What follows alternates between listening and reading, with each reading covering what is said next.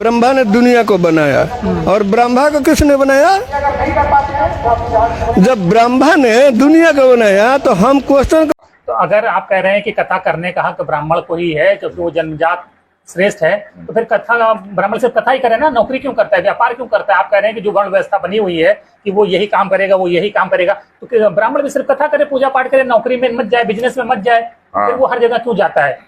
करने तो दूसरी जातियों को बिजनेस और नौकरी। भाई देखिए, ये आरक्षण अगर ना होता तो ब्राह्मण ये करवे नहीं करता। अब आरक्षण ये हो गया। पूजा पाठ में कहाँ आरक्षण है? पूजा पाठ में तो ब्राह्मणों का 100% आरक्षण है, वो वही वहाँ कोई घुस ही नहीं सकता है। उनके पूजा पाठ में दक्षिणा कम कर दिए ना, माने बैंड बजाने वाला जो आया वो 50,000 लेगा। तो धर्म अब सुनिए, बैंड बजाने वाला 50,000 लेगा।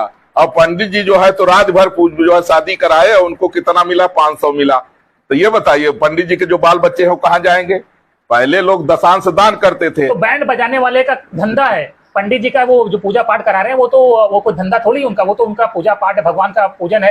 नहीं सुनिए, बैंड बजाना धंधा है ना, पूजा पाठ कराना धंधा थोड़ी है। नहीं, उसका वो धंधा है बैंड बजाना। लेकिन पंडित जी जो अपना कर रहे हैं, तो जो उनको मिलता है उसी से तो उनका परिवार जीवित। तो बैंड बाजा वाला कहता है कि मेरा धंधा है, तो पंडित जी भी कहें कि मेरा ये धंधा है, पूजा पाठ नहीं है, मेरा धंधा है, वो भी स्वीकार कर ले तो उनको भी फीस मिलेगी। पंडित जी का धर्म है, पंडित जी का धर्म है, धर्म में जो मिल जाए स्वीकार करें, तो वो स्वीकार करेंगे। मान लो तो उतना देता ही नहीं ना कोई। अब जैसे देखो, तो जिसकी जितनी इच्छा होगी देगा। तो जब धर्म है तो उसमें तो इच्छा करनी ही नहीं चाहिए कि हमको इतना मिलेगा उतना मिलेगा। तो उनके बच्चे मर जाएंगे, भूखे मर जाएंगे। करें पूजा पाठ करें, भगवान का नाम ले, भंडारा खाएं, क्या दिक्कत? भाई भंडारा तो खाए रहे हैं, लेकिन दिक्कत ये है कि जो लोग हैं अब चिल्लर रखने लग गए कि पंडित जी को देना है तो देखो चिल्लर रखो, कहीं 100 का नोट नहीं आ जाए।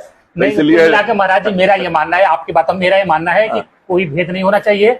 जो योग्य है उसको हर वो काम करना चाहिए जिस काम के वो योग्य है, जाति के आधार पर किसी को नहीं रोकना। ये बताइए जी, जैसे प्रधानमंत्री के योग्य तो बहुत लोग हैं, ठीक बात है, लेकिन जो चुना गया है वही प्रधानमंत्री मोदी जी। पोस्ट तो एक ही है, सुनिए, मोदी जी के जगह और उनसे योग्य भी लोग हैं, लेकिन मान्यता तो केवल जो चुना गया है वही, भगवान के द्वारा जो चुना गया है। मोदी जी ओबीसी है, पिछड़ी जात से। अगर उस हिसाब से तो आपके हिसाब से तो प्रधानमंत्री का सबसे बड़ा पद वहाँ ब्राह्मण ही होना चाहिए। फिर तो नहीं, ये बात नहीं है, देश चलाने का योग्य थे इसलिए पिछड़ी जात के होके भी बैठे हैं।